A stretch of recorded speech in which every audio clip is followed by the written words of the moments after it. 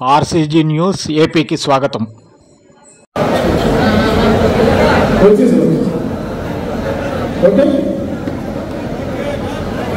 వేదిక మీద ఉన్న మీడియా సోదరులకు, ప్రభుత్వ అధికారులకు అందరికీ హృదయపూర్వక నమస్కారాలు.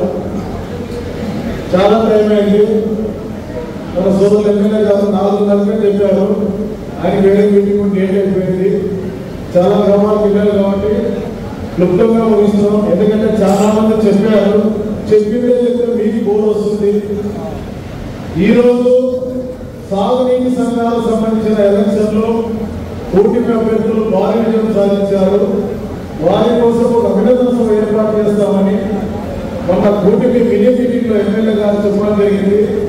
అందులో భాగంగానే సోదరులు మల్లప్ప గారు, జిల్లా అధ్యక్షుడు బీజేపీ జిల్లా నీలకంఠ గారు, మేమందరూ ఎమ్మెల్యే గారు చెప్పిన సార్ ప్రకటన తీసుకొని ఆయన ఈరోజు మధ్యాహ్నం 4 గంటలకు పెడదామని చెప్పారు.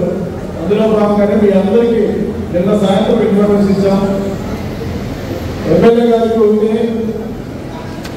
ఈరోజు ఒక్కరికి ఇక్కడ ఫోన్ చేసి మీ కార్యకర్తలు కానీ, మా కార్యకర్తలు కానీ, జనసేన కార్యకర్తలు కానీ కూటమి మీటింగ్ అంటే కూటమి పార్టీ మీద ఉండే అభిమానంతో కేవలం వాట్సాప్ మెసేజ్లతో ఎంతమంది కార్యకర్తలు వచ్చారంటే వీళ్ళు మన మీద ఎంత ఆశ పెట్టుకున్నారు అనేది